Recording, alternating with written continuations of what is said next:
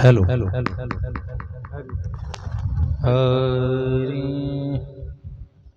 हरी हरि राम हरि हरि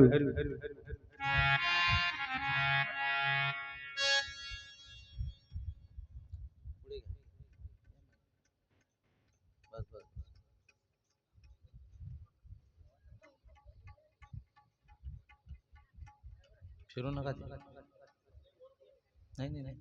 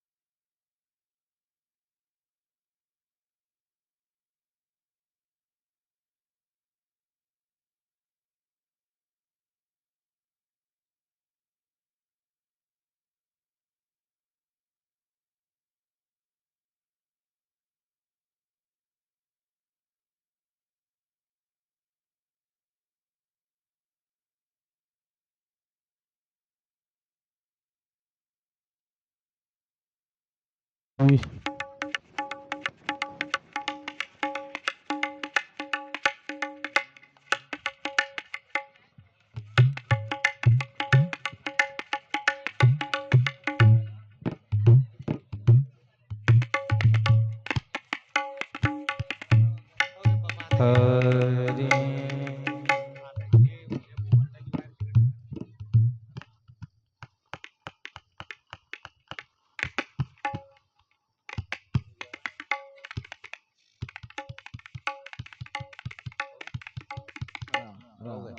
हरि ओम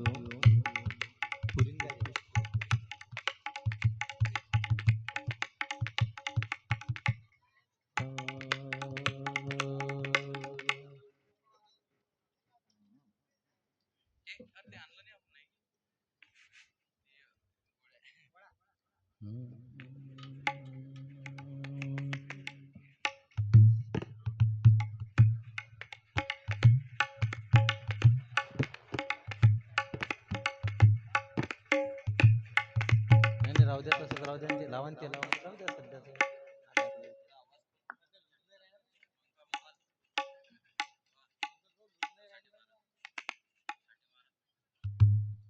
ते व्होल्टेज कमी जास्त होऊन जातात.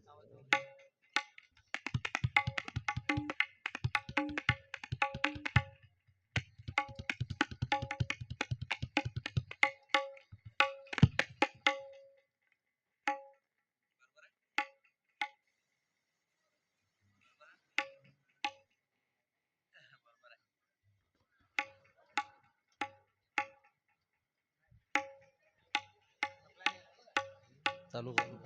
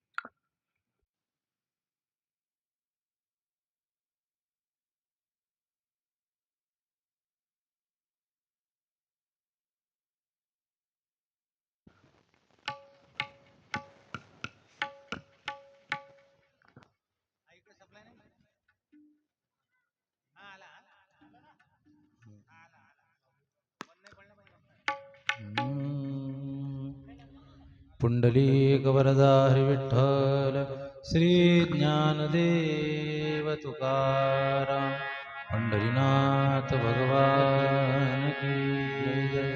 नमः पार्वती पतये हर हर महादेव।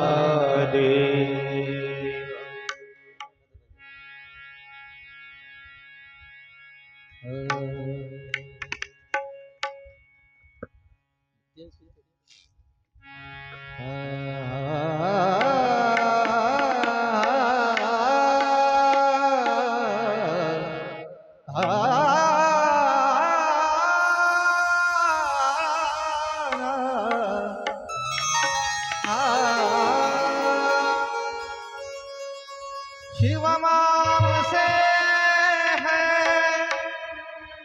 जगत में उजाला, हरि भक्तों के है मन में शिवाला। हे शंभु बाबा मेरे भोलेनाथ, तीनों लोक में तू ही तू।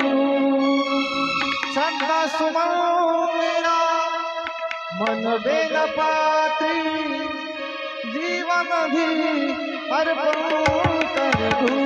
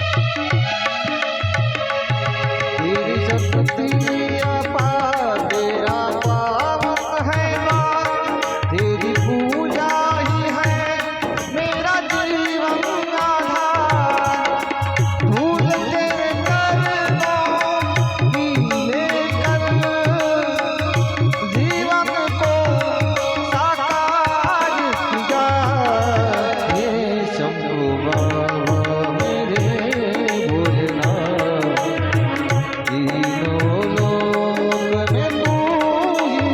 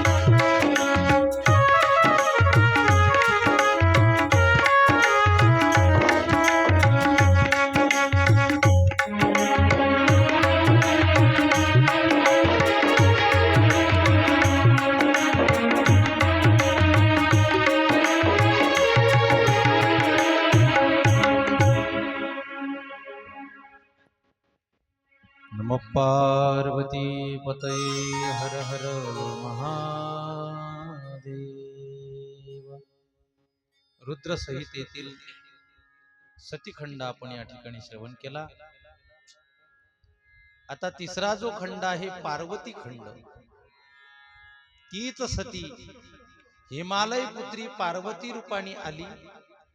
तिचं सर्व चरित्र या खंडामध्ये वर्णन आहे.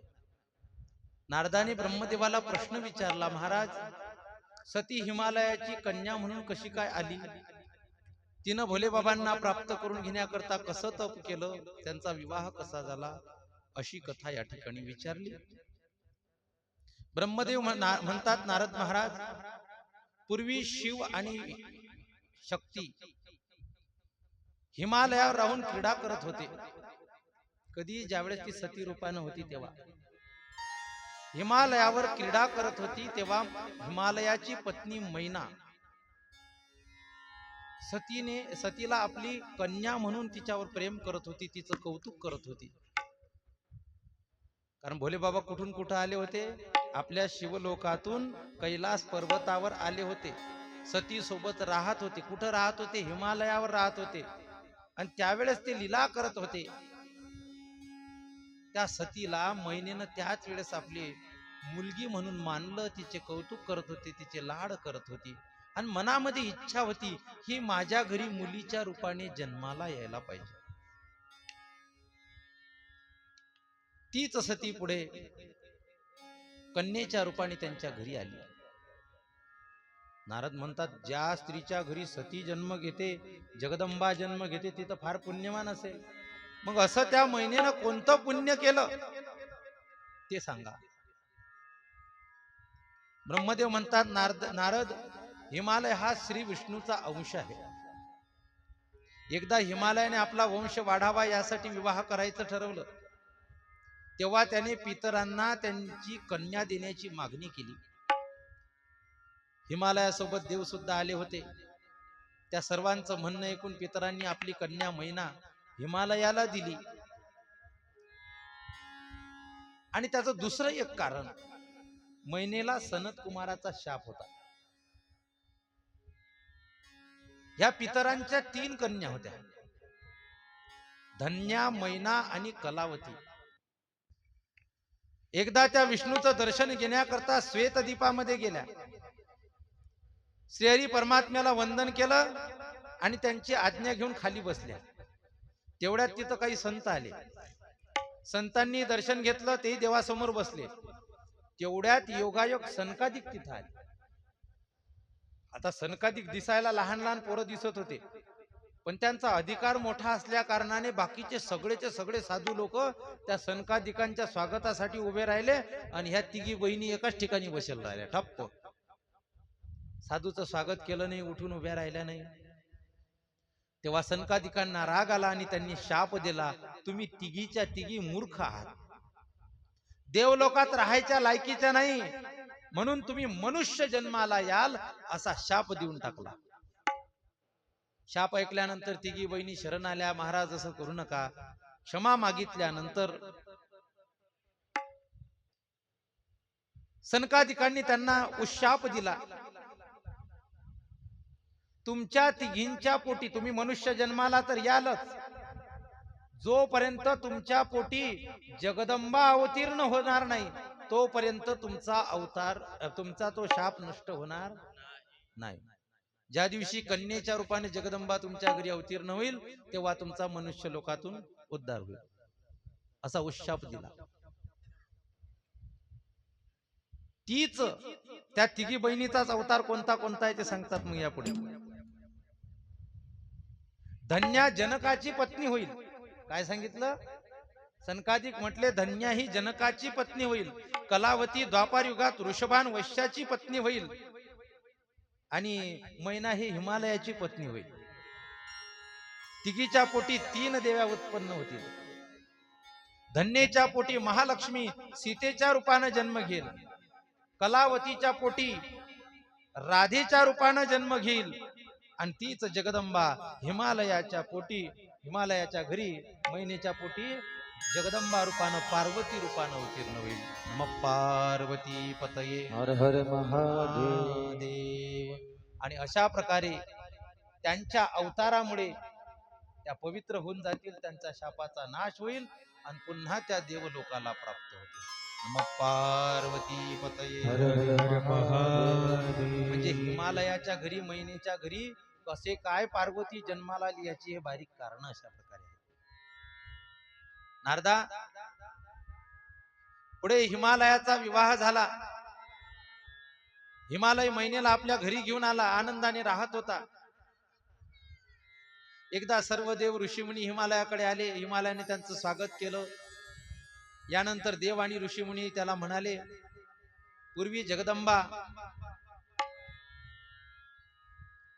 सती रूपानं प्रगट झाली होती, पण तिनं देह त्याग केला. आता ती तुझ्या घरी कन्या रूपाने जन्म घेऊ इच्छिते, पण त्यासाठी तुला तप करावं लागेल, तिला वरदान अशा प्रकारे मागावं लागेल. आणि अशा प्रकारे तिने वरदान दिलं, तुझ्या घरी जन्माला आली की तू काय करायचं, तिचा विवाह शंकरा बरोबर लावून द्यायचा. देवांचं म्हणणं ऐकलं. हिमालय आनंदित झाला. साक्षात देवी आपल्या घरी जन्माला येणार याचा आनंद झाला आणि त्यासाठी तो आपल्या पत्नीसह जगदंबेची स्तुती करायला लागला. देव्यो मे जगतामंब शिवलोक निवासिनी सदाशिव प्रिये दुर्गे त्वां नमामि महेश्वरी. देव मे जगतामंब, हे जगदंबे, शिवलोकामध्ये निवास करणाऱ्या देवी, सदाशिवाची प्रिय असलेली दुर्गे, मी तुला नमस्कार करते. अशा प्रकारे दोघांनी नमस्कार केला. देवी प्रसन्न झाली. त्यांनी प्रार्थना केली, तू आमच्या घरी कन्येच्या रूपाने अवतीर्ण हो आणि रुद्रदेवाची पत्नी हो, आम्हा सर्वांना सुखी कर.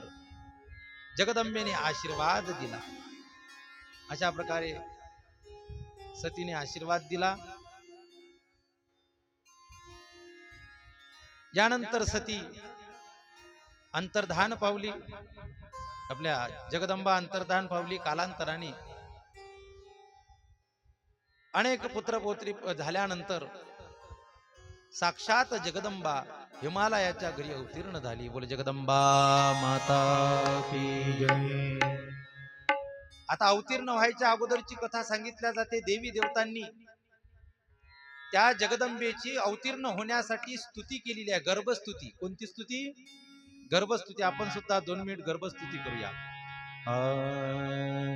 स्वागतम देवी सुस्वागतम देवी स्वागतम देवी सुस्वागतम देवी स्वागतम देवी सुस्वागतम देवी. टाळी वाजवा सर्वजण जोराने. टाळी टाळी.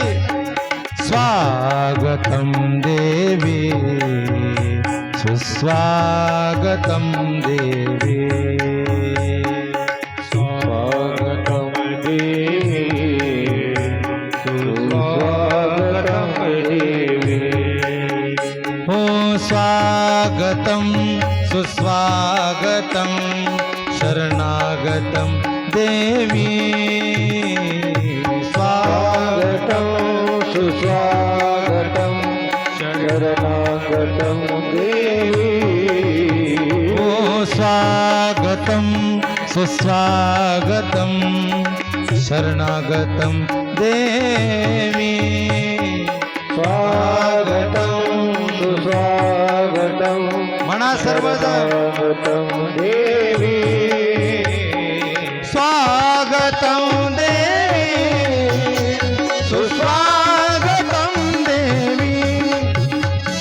स्वागतम देवी सुस्वागतम देवी. हो स्वागतम देवी सुस्वागतम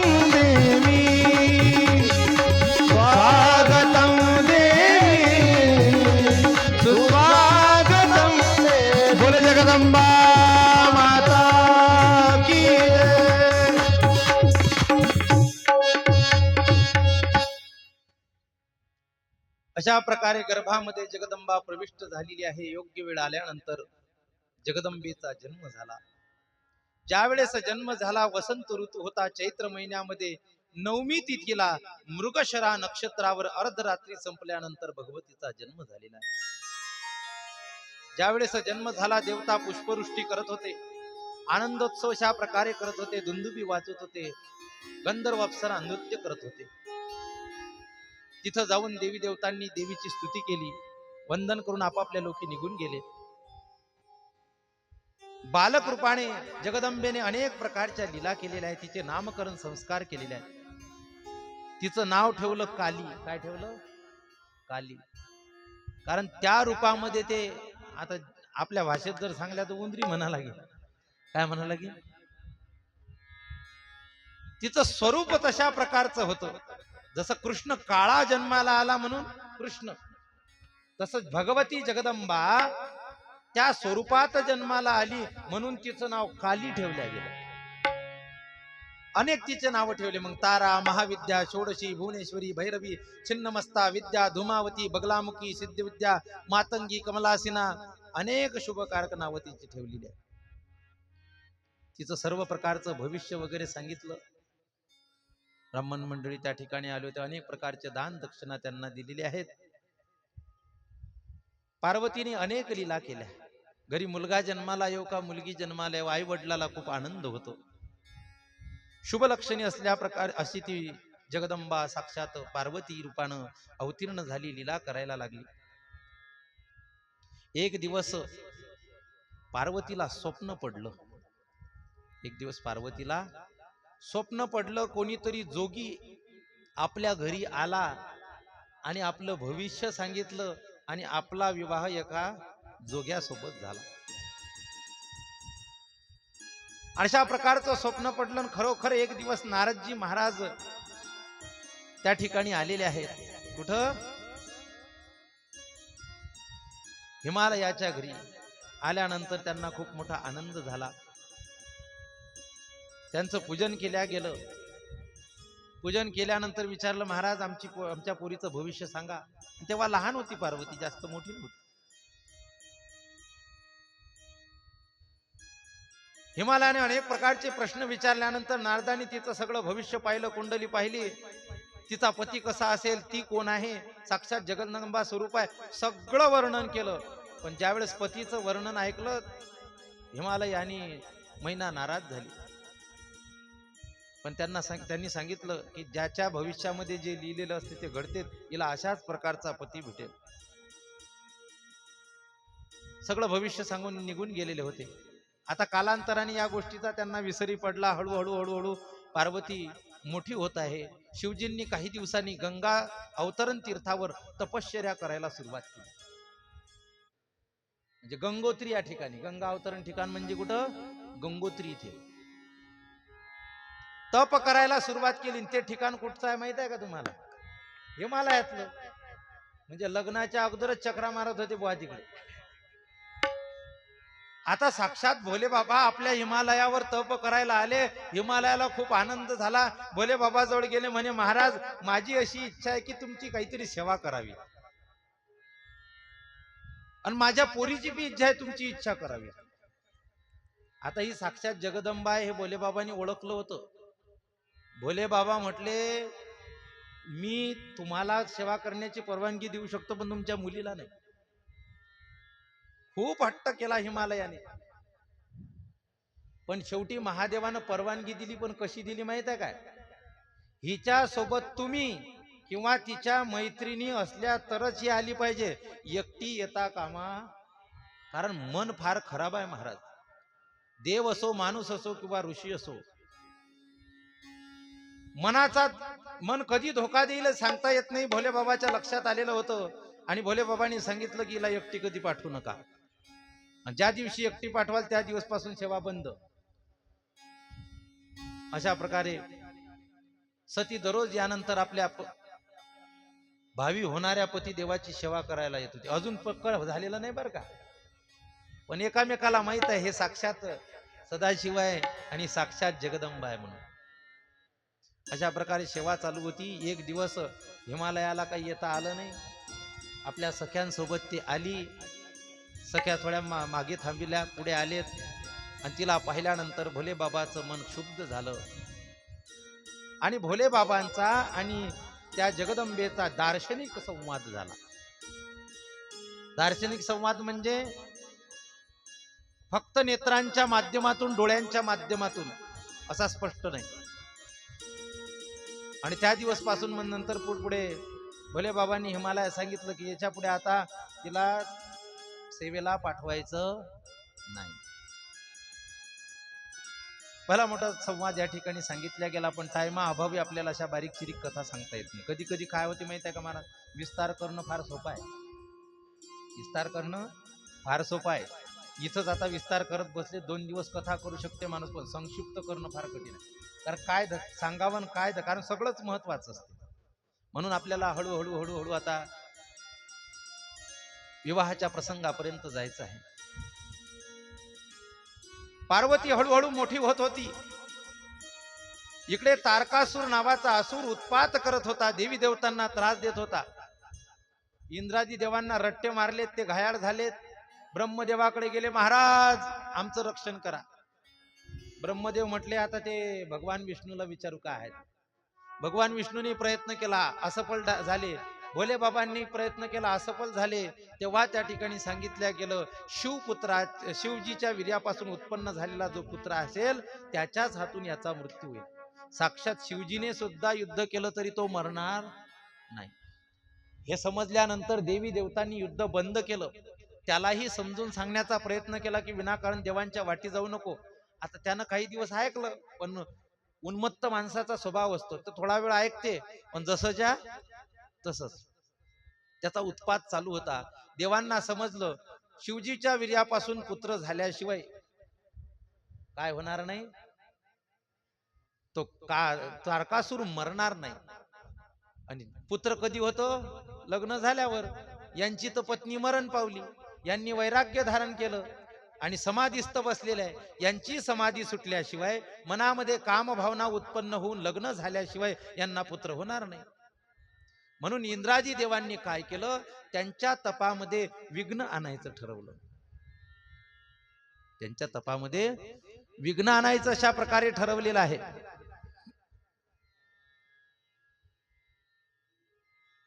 विघ्न आणायचं ठरवल्यानंतर कामदेवाला बोलवलं. कामदेव त्या ठिकाणी आला. कामदेव म्हणायला लागला, महाराज एवढ्या मोठ्या देवाच्या तुम्ही मला नादी लागायला सांगता, जर माझं काही बरं वाईट झालं तर? इंद्र म्हणते, तू जर गेला नाही तर मी इकडे बसेल आहे, मी तुला मारून टाकीन, कारण देवादी देव आहे. त्यांनी विचार केला, तिकडे गेलो तर भोले बाबाकडून काही ना काही होऊ शकते. कारण काय म्हणतात त्याला, काय घटना घडेल ह्या सांगू शकत नाही. एखादा रागावला आणि दिला रट्टा तर काय करते. भोले बाबाकडून घातपात होण्याची शक्यता होती. इकडे इंद्र तर रागावलेलाच होता, मी मारून टाकेल तुला. म्हणून इंद्राच्या भीतीने कामदेवाने इंद्रदेवाचं म्हणणं मान्य केलं. आपल्या पंचबाणांना सोबत घेऊन त्या ठिकाणी गेला. ते बाण पसरवले, मोहित करणारं वातावरण तयार केलं. पण ते देवादी देव आहे. सगळे माया बंधन ज्या ठिकाणी नष्ट होतात त्यांच्यावर माया कशी काय काम करेल. शेवटी कामदेव थकला. तेवढ्यात थोडीशी चाहूल लागली भोले बाबांना, कोणीतरी आपल्या तपामध्ये विघ्न आणते. म्हणून क्रोधाने भोले बाबांनी तिसरा डोळा उघडला आणि त्यांची ती क्रोधयुक्त दृष्टी जशी त्या कामदेवावर पडली, कामदेव जळून भस्म झाला. नमः पार्वती पतये हर हर महादेव. कामदेव जळून भस्म झाला. रती रडायला लागली, महाराज माझा पती परत द्या. त्यांनी असं काय बिघडवलं, तुम्ही देवतांनीच त्याला आशीर्वाद दिला होता की त्याच्या दृष्टीतून देव सुद्धा वाचणार नाही. म्हणे बरोबर आहे, पण कोण काय करते याचं तरी भान ठेवलं पाहिजे की नाही. त्यातल्या त्यात मी देवाजी देव आहे आणि तपश्चर्या करताय, माझ्या तपात विघ्न आणलं, मी तर त्याचं फळ देणारच आहे. काही काळजी करू नको, तुझा पती तुला द्वापार युगामध्ये भगवान कृष्ण रूपाने अवतीर्ण होतील तेव्हा त्यांचा प्रथम पुत्र म्हणून तुझा पती मिळेल प्रद्युम्न रूपानं. तू मायावती राक्षसीचं रूप धारण करून शंभरासुराच्या घरी राहा. तिथं तुझा पती तुला मिळून जाईल. कसा काय ते सगळं समजून सांगितलं. तोपर्यंत तो अनंग रूपानं काम करेल. कोणत्या रूपानं? म्हणजे शरीर रहित. आणि याच्या पुढे त्यानं शरीर रहितच काम केलं. त्याला समजलं की शरीर रूपानं जर गेलं तर एखाद्यानं भस्म केलं तर पुन्हा भेटेल का नाही याची गॅरंटी. म्हणून त्यापुढे त्यानं अनंग रूपानेच काम करायला सुरुवात केलेली आहे. असो, अशा प्रकारे कामदेवाचा पुन्हा अवतार होईल असा रतीला आशीर्वाद दिला. भोले बाबा पुन्हा तपस्येमध्ये बसलेले आहे. इकडे पार्वती हळूहळू मोठी होत आहे. जेव्हा ती लग्नाच्या वयाची झाली, बापाला मुलीच्या लग्नाची चिंता लागलेली आहे. काय होईल, कसं होईल, कसा नवरदेव भेटेल. एक दिवस देवर्षी नारद सहज आलेले असताना त्यांची पूजा केली. नारदांना पुन्हा विचारलं, महाराज माझ्या पोरीच्या लग्नाबद्दल काहीतरी सांगा. कसा नवरदेव भेटेल, काय भेटेल. तेव्हा नारदजी महाराजांनी नवरदेवाचं वर्णन करायला सुरुवात केली. तो माता पिता रहित असेल, तो अमंगळ राहणारा असेल, भूता प्रेतांमध्ये स्मशानामध्ये राहणारा असेल, वलकल घालणारा असेल, कधी कधी तर मोकायच फिरेल, नग्नच राहील, सर्वांगाला भस्म लावणारा असेल, गळ्यामध्ये नरमुंडाची माला घालणारा असेल, केसांच्या जटा बनलेल्या असतील, गळ्यामध्ये साप असेल, विचवाचे कुंडल असतील. म्हणे असं ऐकलं महाराज वर्णन. दोघही घाबरले. म्हटले असा नवरदेव आमच्या पोरीला भेटला नाही पाहिजे, याचा काहीतरी उपाय सांगा. नारदजी महाराज म्हटले जे भाग्यामध्ये लिहिलेलं असते ते होते म्हणजे होतेच. तुमच्या मुलीच्या भाग्यामध्ये असाच पती भेटणार. मग तर म्हटले आम्ही आमच्या पोरीला तसं ठेवू पण लग्न करणार. नारदजी महाराजांनी पुन्हा समजून ठेव, जर लिहिलेलं आहे तर ते होणार म्हणजे होणारच. तुम्ही हो म्हणा किंवा नाही म्हणा. मग म्हणे का महाराज याच्यावर काही उपाय? म्हणे उपाय एकच आहे, सांगितल्याप्रमाणेच होईल. पण हेच दोष एका व्यक्तीच्या ठिकाणी गेल्यानंतर गुण म्हणून संबोधल्या जातात. मोठ्या व्यक्तीच्या ठिकाणी दोषही गुण म्हणून संबोधल्या जातात, किंवा प्रिय व्यक्तीचे दोषही माणूस गुण म्हणून स्वीकार करत असतो. एखाद्या पोरीला एखादा पोरगा जर आवडला आणि तो जर दारू पित असेल ना, तर पोरगा आवडेल असला तर त्याची दारू पे नाही आवडते. मग कधी कधी बरं किती बेवळा असला तरी ते बाई सहन करून घेते. नाही जाऊ द्या, जसं असेल तसे, आमचा भोळा महादेव आहे बापा. आवडीच्या व्यक्तीच्या सर्व दोष गुण वाटत असतात माणसाला. जर हेच दोष भोले बाबाच्या ठिकाणी घेतले तर ते दोष नाही गुण म्हणून संबोधल्या जातात आणि त्यांना त्याचा दोष लागत नाही. तेजी यसाम न दोषाय वन्य सर्व भुजो यथा.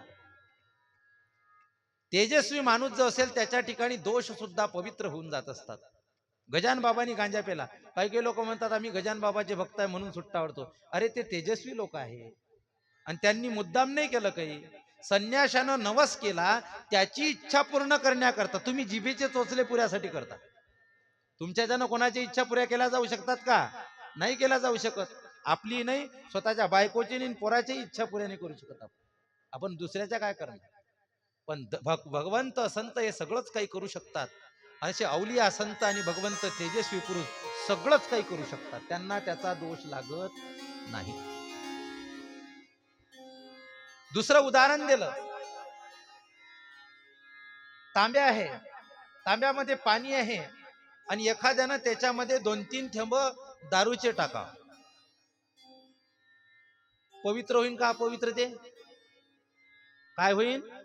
अपवित्र होईल ते पाणी, कारण ते परिच्छिन्न आहे. पण समुद्रामध्ये एखाद्यानं मोठा ड्रम टाकून दिला दारूचा, तरी सुद्धा तो समुद्र अपवित्र होत नाही, कारण त्याचा अधिकार वेगळा आहे. तसं ते समुद्रासारखे आहे. सर्व दोष त्या ठिकाणी पवित्र अशा प्रकारे होऊन जात असतात. म्हणून तुम्ही तुमची मुलगी जर भोलेबाबांना दिली तर तिचं कल्याण होईल आणि तोच तिच्यासाठी योग्य असेल. कारण तुमची पोरगी साक्षात जगदंबा आहे आणि ते तिचे जन्मोजन्मीचे पती सदाशिव आहे. तुम्ही हो म्हटलं तरी नाही म्हटली तरी ही जगदंबा त्या जगतपित्याचीच पत्नी होईल. आता तुम्ही भोले बाबाईचे पती झाले पाहिजे याकरता हिला तप करायची आज्ञा करा. अशा प्रकारे सांगून आशीर्वाद देऊन ते निघून गेले. पार्वतीने आपल्या आई वडिलांची तपश्चर्या करण्यासाठी आज्ञा मागितली आणि पार्वती तपश्चर्या करण्याकरता निघून गेली. कठोर तपश्चर्या चालू आहे. त्या तपश्चर्येमध्ये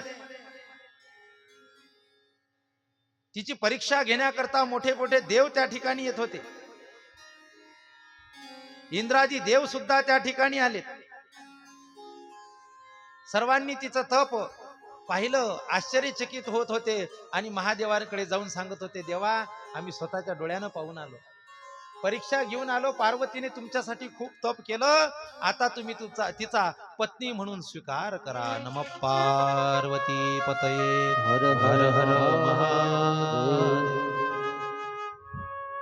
देवांची विनंती ऐकल्यानंतर भोले बाबा म्हणतात, ठीक आहे, तुम्ही परीक्षा घेतली असेल पण मी नाही घेतली ना, एकदा मला परीक्षा घेऊ द्या. सप्तर्षींचं आवाहन केलं. सप्तर्षी ऋषी त्या ठिकाणी आले. बोला देवा, काय म्हणणं आहे? म्हटले, तुम्ही माझ्या आज्ञेवरून त्या ठिकाणी जा, पार्वतीची परीक्षा घ्या, मुद्दाम माझी निंदा करा. सप्तर्षी म्हटले, देवा तुमची निंदा आम्ही केलं तर नरकात जाऊ. नाही म्हणे, मी आज्ञा करतोय ना, खोटी खोटी मुद्दाम गंमत म्हणून. नाही म्हणत होते तरी सुद्धा जबरदस्ती भोले बाबांनी त्यांना तिथं पाठवलं आणि भोले बाबाच्या सांगण्यावरून मुद्दाम शिवजीची निंदा करायला लागली. सप्तर्षींना आलेलं पाहिलं, नमस्कार केला. सांगा ऋषींनो, कसे काय आले इथं? म्हणे, आम्ही तुझ्या तपावर खूप प्रसन्न आहे, तुझं तप पाहून या ठिकाणी आलो. पार्वती, तू हे तप कशासाठी करते? म्हटले, त्या भोले बाबासाठी. कोण्या त्या पिसाड्या बोळासाठी? काय पागल बिगल झाली का तू? लग्न करणं तू, तुला काय नाही म्हणलं का आम्ही? नवरदेव थोडा ठिकाण्यावर असेल तर पाहायला पाहिजे की नाही? कोण सांगलं तुला त्याच्यासोबत लग्न करायचं? म्हणे, माझ्या गुरुदेवानं सांगितलं. कोणी? म्हणे, त्या नारदानं. त्याला काय समजते? म्हणजे मागे ना पुढे धुळला उडे. ज्यानं स्वतःच लग्न केलं आणि त्याला पोरी बद्दल आणि बायको बद्दल काय समजणार आहे? आणि तो म्हणे, तुला माहित नाही कसं आहे, ज्यानं त्या नारदाचं ऐकलं त्याचं वाटोळ झालं. किती जणांचं सांगू, हा लोकांच्या घरामध्ये आगी लावायचं काम करते म्हणे. खूप जणांचे उदाहरण दिले. पार्वती म्हणायला लागली, तुम्ही कितीही निंदा केली, कितीही सांगितलं तरी मी ऐकणार? अगं म्हणे सती, एक नवरदेव आमच्या दृष्टीस पडेल आहे. भरपूर शेती आहे, ट्रॅक्टर घरी आहे, नाही 4 व्हीलर गाडी आहे, दिसायला बापा हिरोच दिसते. हा हा हा, काय सांगू त्याचं वर्णन.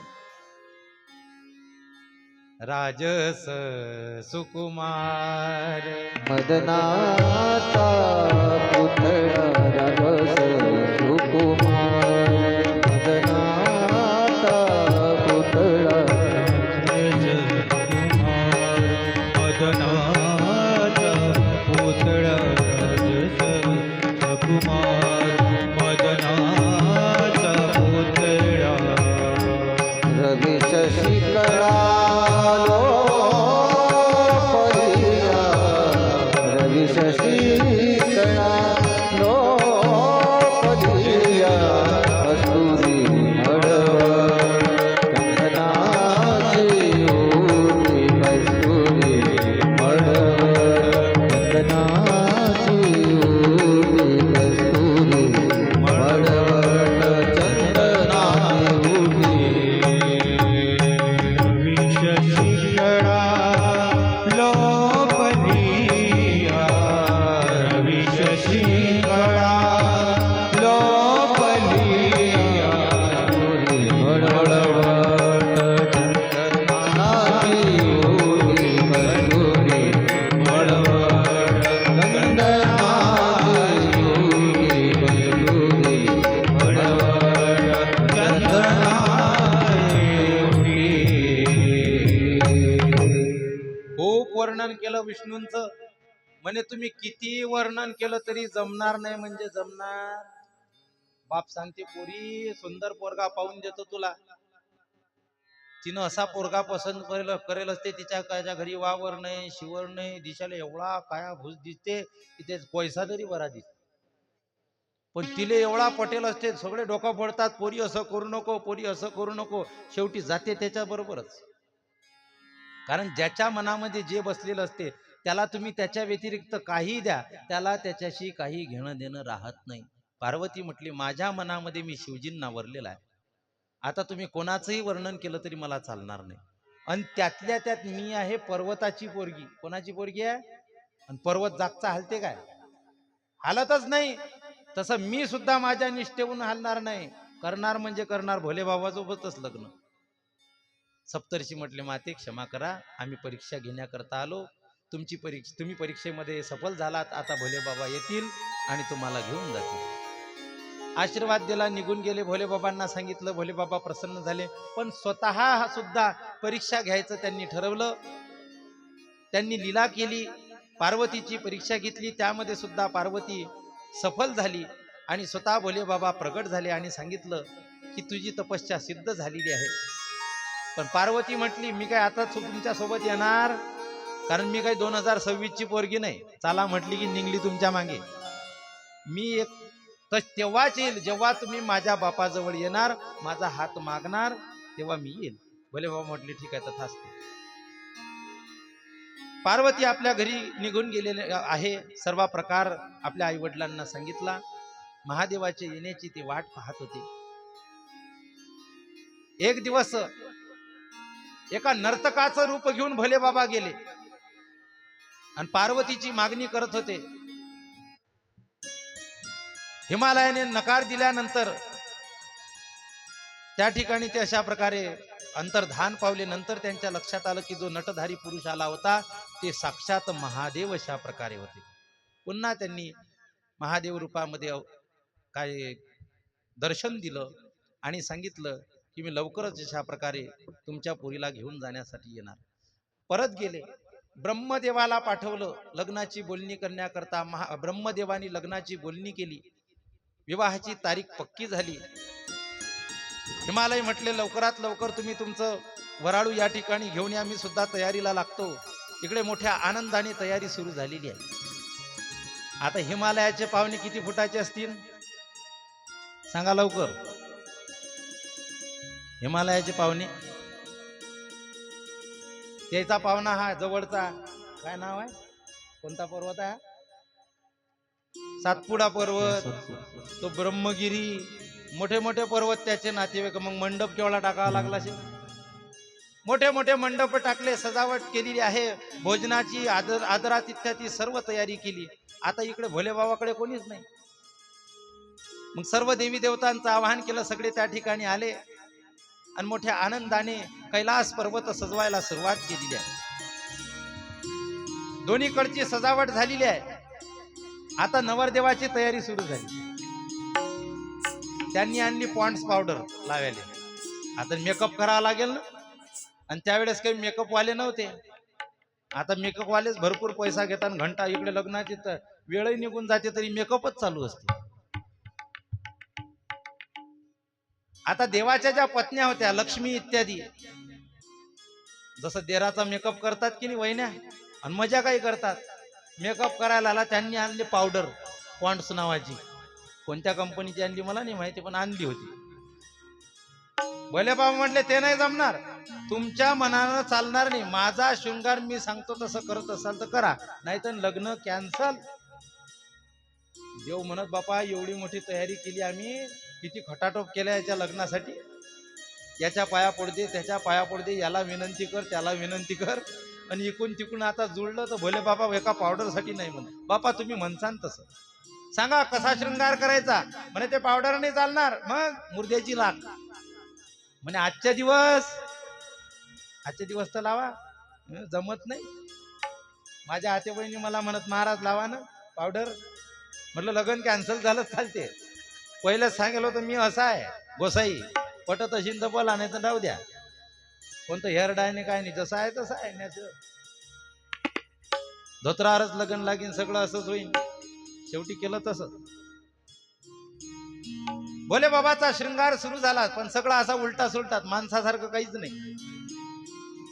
आपण चांगले चांगले नवीन नवीन भारी भारीतले धोत्र आणतो, कपडे आणतो.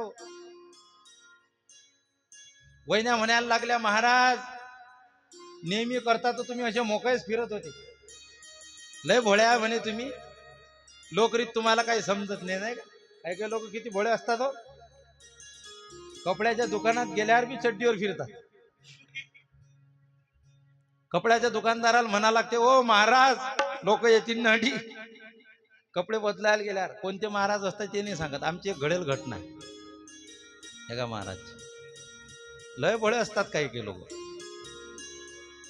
कधी कधी तुम्ही मोकळे फिरता, पण आता तसं चालणार नाही. तुम्हाला लग्न करावं लागते, पाहुण्या रावण्यात उठावं लागेल, बसावं लागेल, लोकव्यवहार शिकावं लागेल. कपडे घालतो पण मी सांगेल तेच, दुसरे नाही चालतील. मग काय करायचं, आणा गजचर्म आणि व्याघ्रांबर. त्या गजासुराच्या कातडीचं वस्त्र तयार केलेलं होतं, कारण त्याला वरदान दिलेलं होतं भोलेबाबांनी. व्याघ्रांबर घातलं, ते वल्कल धारण केली, नरमुंडाच्या माला घातल्या, साप विंचू अशा प्रकारे कुंडल आणि हार म्हणून घातले. अशी सर्व प्रकारची तयारी करण्यात आली. भस्म उटी रुंड माळा, रुंद माळा, भस्म मोठी रुंद माळा, भस्म मोठी रुंद माळा,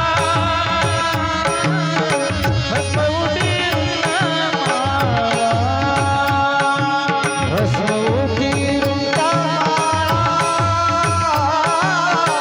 भस्म मोठी रुंद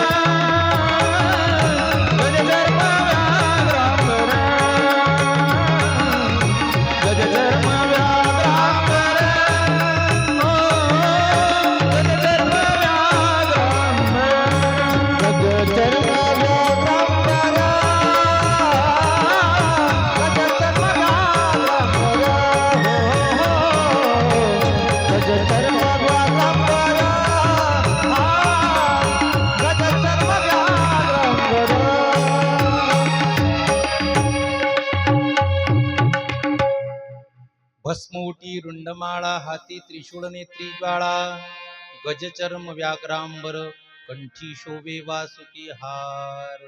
सुंदर अशा प्रकारे अशा अलंकाराने सजवण्यात आलं. तेवढ्यात आले भूतगण, नाचत कल्ला कल्ला करत आले, कारण त्यांना भोले बाबाच्या विवाहाचा खूप मोठा आनंद भूत वेताळ नाचती, भूत वेताळ नाचती, भूत वेताळ नाचती, भूत वेताळ नाचती, भूत वेताळ नाचती, भूत वेताळ नाचती, भूत वेताळ नाचती, भूत वेताळ नाचती. हर्षयुक्त उमापती, हर्षयुक्त उमापती, हर्षयुक्त उमापती, हर्षयुक्त उमापती, हर्षयुक्त उमापती, हर्षयुक्त उमापती, हर्षयुक्त उमापती, हर्षयुक्त उमापती. गजचर्म व्याघ्रांबर, गजचर्म व्याघ्रांबर, गजचर्म व्याघ्रांबर, गजचर्म व्याघ्रांबर, गजचर्म व्याघ्रांबर, गजचर्म व्याघ्रांबर, गजचर्म व्याघ्रांबर.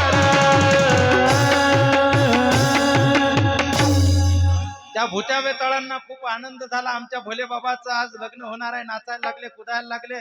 इंद्राजी इत्यादी देव म्हणायला लागले, हो हे जर येत असतील तर लग्नात आम्ही येणार नाही. देव म्हटले, तुम्ही नाही आले तर चालतील, पण लग्न याच्याशिवाय होणार नाही. आता देवाच्या लग्नात जायची इच्छा आहे, पण त्यांनी बोलून दाखवलं. कधी कधी धमक्या देतात लोक, जमलं तर जमलं, पण तो काही बजेट बसला नाही. भोले बाबा म्हटले, मी तुम्हाला सोडेल पण यांना सोडणार, कारण भक्ता विन देवा आवडते काही, त्रिभुवनी नाही आन तुझे. भक्ताला देवाशिवाय दुसरं काही आवडत नाही. हे म्हणजे माझे भक्त आहेत, सेवक आहेत. अशा प्रकारे सांगितल्यानंतर म्हटले मग आमची अट आहे, आम्ही तुमच्या सोबत सोबत चालणार नाही, आम्ही आमचा लवाजमा घेऊन पुढे पुढे चालणार. पटीन काय, तुम्ही सगळ्यात मागून यायचं. आणि अशा विचित्र सेने देखत आम्ही आमचा अपमान, कारण इम्प्रेशन डाऊन होते ना काही काही लोकांचं. एखाद्याची इस्त्रीचे कपडे नसली, इस्त्रीवाला म्हणजे इस्त्रीचे कपडे घाल, आमचे ते इम्प्रेशन डाऊन होते. सारखं राहिलं पाहिजे ना, इस्त्रीवाले लोक सोबत तसंच राहिलं पाहिजे. कधी कधी काही काही लोकांना साधं आवडते, पण मोठ्या मोठ्या लोक उठणं बसणं असलं की नाही, त्यांना खोटा खोटा का होईना पण देखावा करावा लागतो, नाही तर मग समाजामध्ये तसं चालत नाही. भोले बाबा म्हणतात मला ते काही घेणदेण नाही, मी जसा आहे तसा आहे.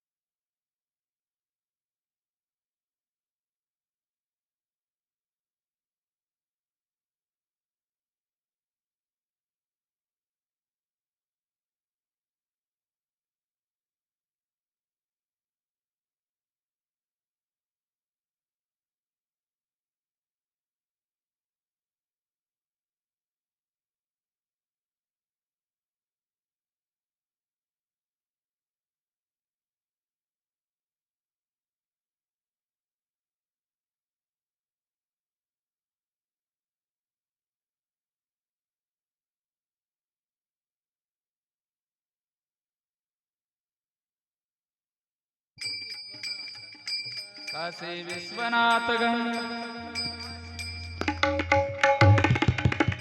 नमो पार्वती पतये हर हर महादेव. भोले बाबा म्हटले तुम्हाला पुढे चालायचं तर पुढे चाला, सोबत चालायचं सोबत, मागून यायचं तर मागून या, पण मी बदलणार. भोले बाबा म्हटले ठीक आहे, मग आम्ही आमच्या आमच्या ग्रुपनुसार चालतो. आता वरात निघालेली आहे, इंद्र वगैरे एक एक एक लाईनीनं आपला लवाजमा घेऊन चाललेले आहेत. आता लग्न म्हटलं की नवरीकडल्या लोकांना खूप आनंद असतो, बाया पोरं, नवरदेव येणार नवरदेव येणार, त्याला पाहण्याची फार उत्सुकता लागलेली असते. लहान लहान लेकरं वगैरे सगळे ते नवरदेव पाहण्याकरता, नवरदेव येणार आहे, बारात येणार आहे म्हणून सगळे रस्त्यात उभे होते. पण ज्या वेळेस ते सापण विंचून भूतप्रेत पाहिले, घाबरले, कल्ला हल्ला करत आले, व आई दरवाजा बंद कर, व आई खिडक्या बंद कर. आई विचारत होती पोरा काय झालं. अरे बाप रे बाप, बडे बडे भूत प्रेत, बडे बडे साप. अरे बाप रे बाप, बडे बडे भूत प्रेत, बडे बडे साप. अरे बाप रे बाप, टाळी वाजवा. बडे भूत प्रेत, बडे बडे साप. अरे बाप रे बाप, बडे बडे भूत प्रेत, बडे बडे साप. ओ चल रे पराई कौन लेने जनी जाप, चल ले पराई कौन लेने जनी जाप, करवा चट करे कलेजा उठल काप.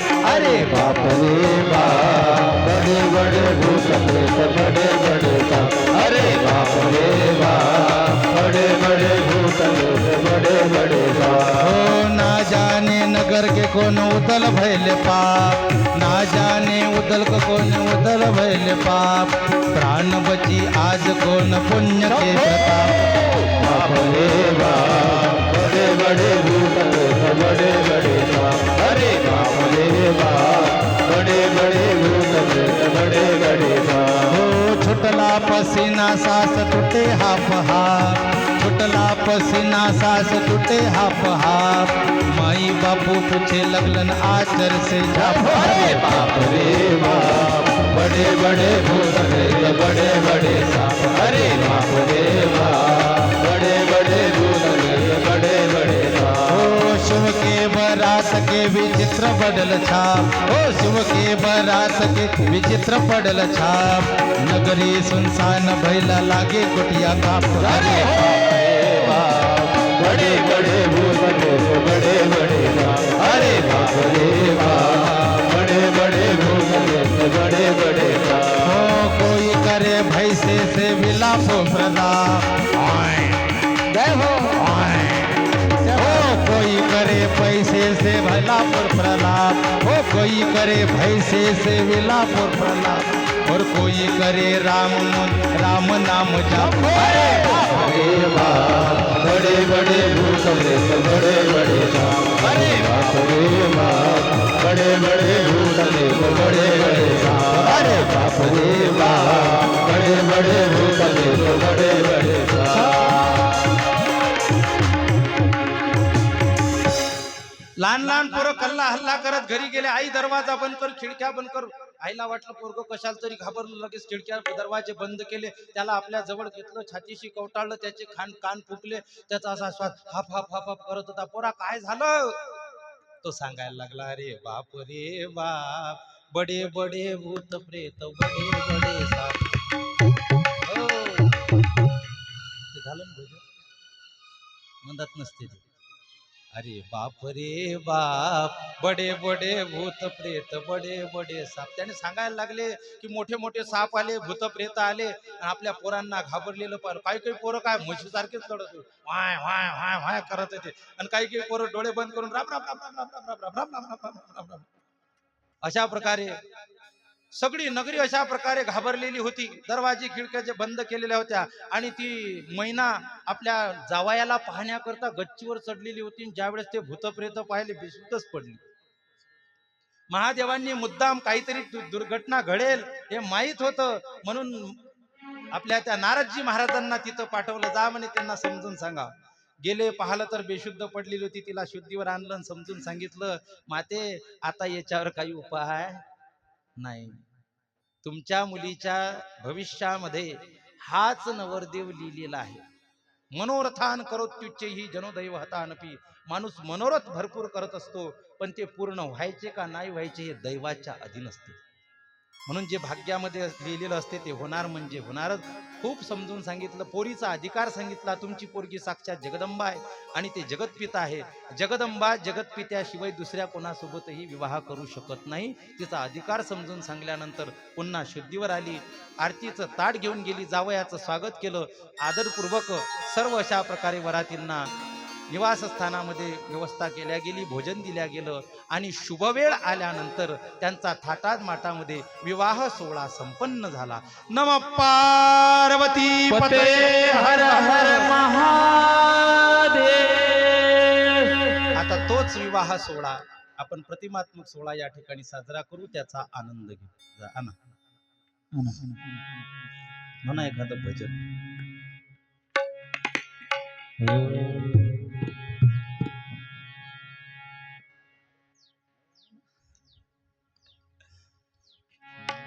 दोन खुर्च्या आणा इथं.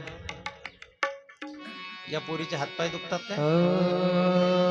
खाली बसवा ते. बस बाई.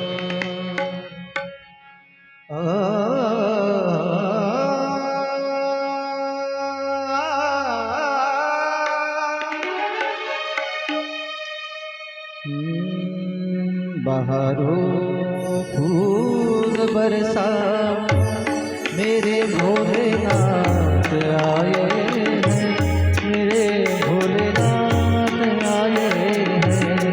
बहारो फूल बरसा मेरे भोलेनाथ आए हैं, मेरे भोलेनाथ आए हैं।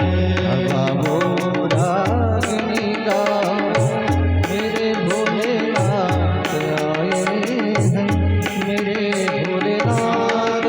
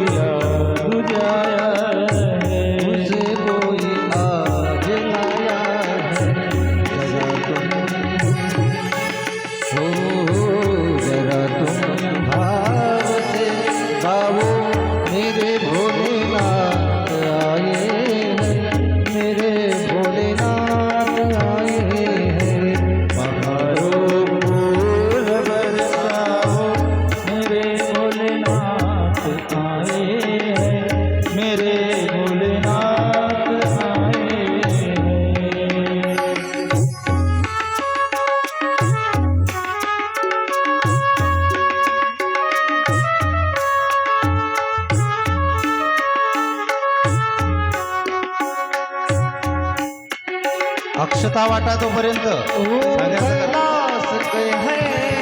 अक्षता वाटा अक्षता गले में है रुंडमाला वो कैलाश है के बासी गले में है रुंडमाला जरा तुम भाव से गाओ मेरे भोलेनाथ आए हैं मेरे महादेव आए हैं बहारों फूल बरसाओ मेरे भोलेनाथ आए हैं मेरे महादेव आए हैं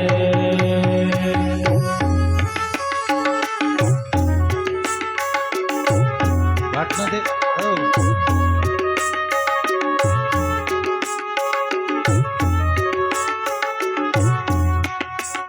जटावे है गंगा मैया माथे पे है चंद्रमा जटावे है गंगा मैया माथे पे है चंद्रमा जरा तुम भाव से गाओ मेरा घर भोलेनाथ आया है चला भोलेनाथ भोलेनाथ आए हैं फूल बरसाओ मेरे भोलेनाथ आए हैं मेरे महादेव आए हैं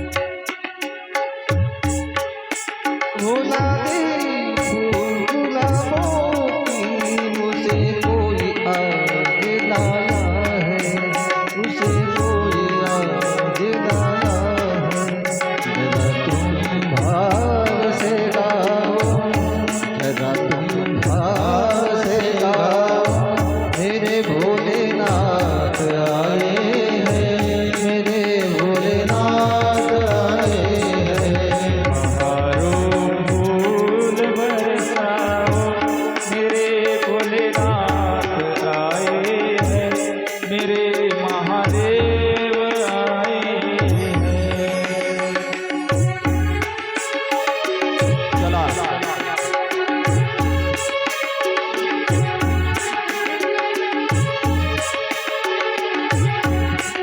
ओ माथे पर है भस्म बूटी गले में है रुंडमाला माथे पे है भस्म बूटी गले में है रुंडमाला जरा तुम भाव से गाओ मेरे भोलेनाथ आए हैं मेरे महादेव आए हैं बहारों फूल बरसाओ मेरे भोलेनाथ आए हैं मेरे महादेव आए हैं चला भूत चला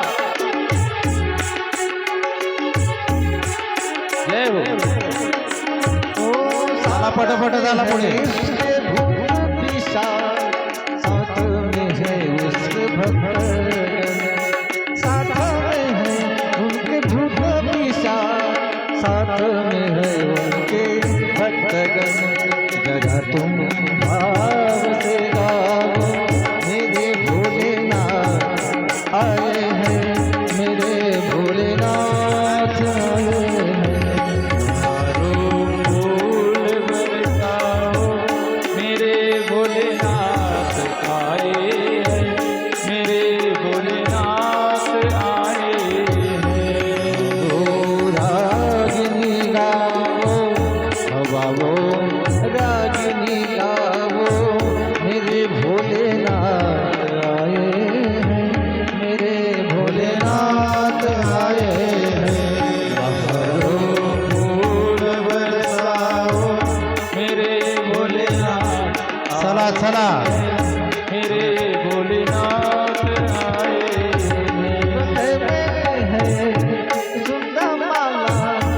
भूत गंगा मैया गले में मुहूर्त निघून जाऊ.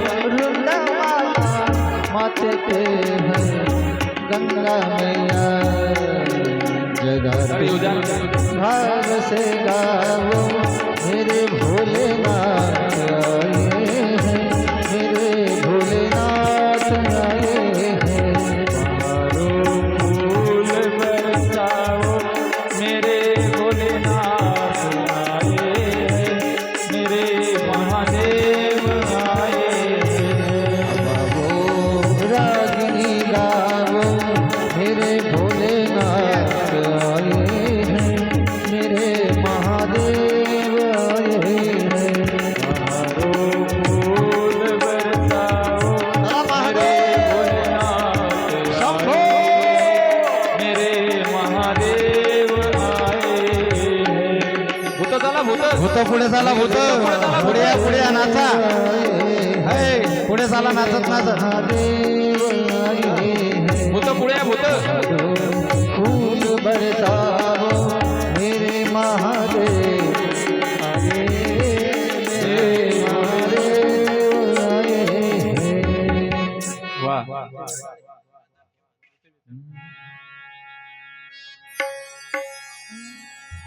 भूत बेताळ नाचती हा. भूत बेताळ नाचा नाचा पुढे हो. भूत बेताळ हा, इकडे भूत नाचा. भूत बेताळ जोरात नाचा जोरात. हा. वेताळ नाचती, भूते वेताळ नाचती, भूते वेताळ नाचती.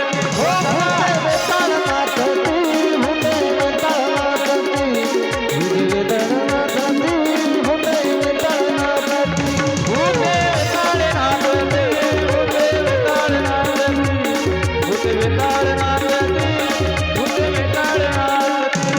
भूत बेताळ नाचती हर्ष येतौ मापती हर्ष येतौ मापती भूते वेताळ नाचती, हरिदेव सर्वावर. नाचा नाचा भूत बाकीचे नाचा. युक्त भूमापती हा भूत बेताळ नाचती भूत बेताळ नाचती भूत बेताळ नाचती हर्ष युक्त भूमापती भूते वेताळ नाचती, भूते वेताळ. आवाज. भूते वेताळ नाचती, भूते वेताळ नाचती. डम डम डम डम डमरू वाला डम डम डम डम डमरू वाला. पार्वती पते कैलाश वाला पार्वती पती भोळा महादेवा डोळा दर्शन करे मला भोळा महादेवा उघड हे डाव्या बाजूला पाहिजे.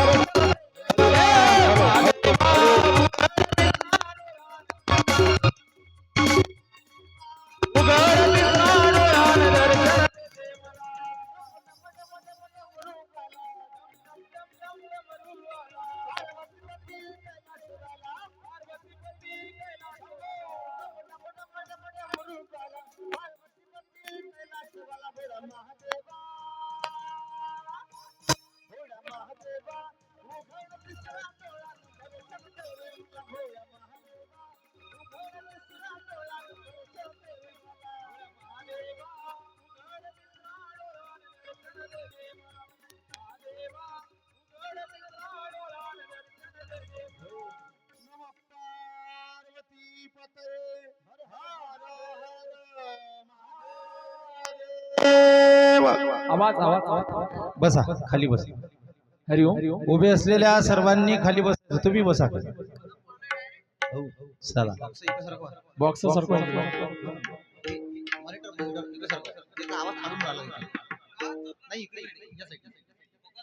आता महादेवाचा मामा कोणाला बनवता. चला नवरीचे मामा नवरदेवाचे मामा. चला.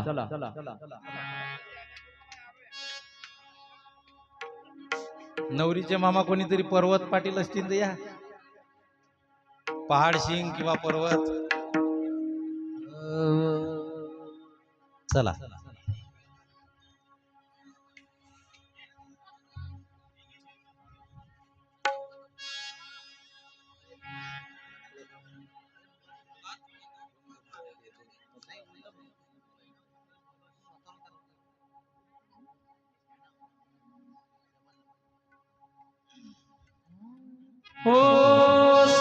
करीतो मान्यवरांचे हो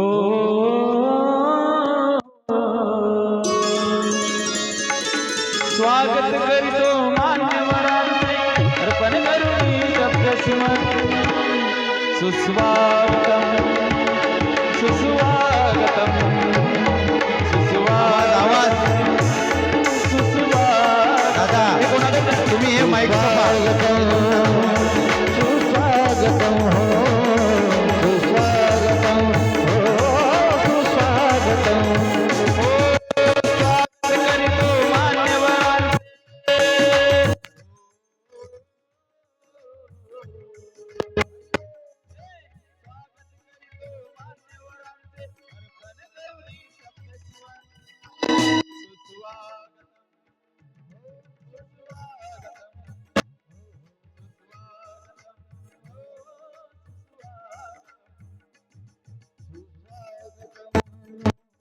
सुस्वागतम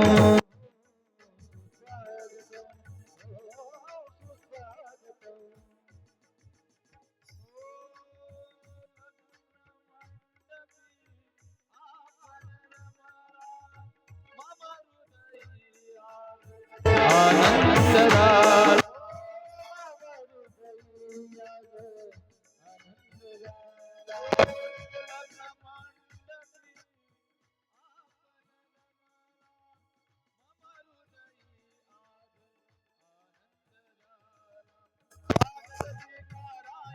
सुस्वागतम हो सुस्वागतम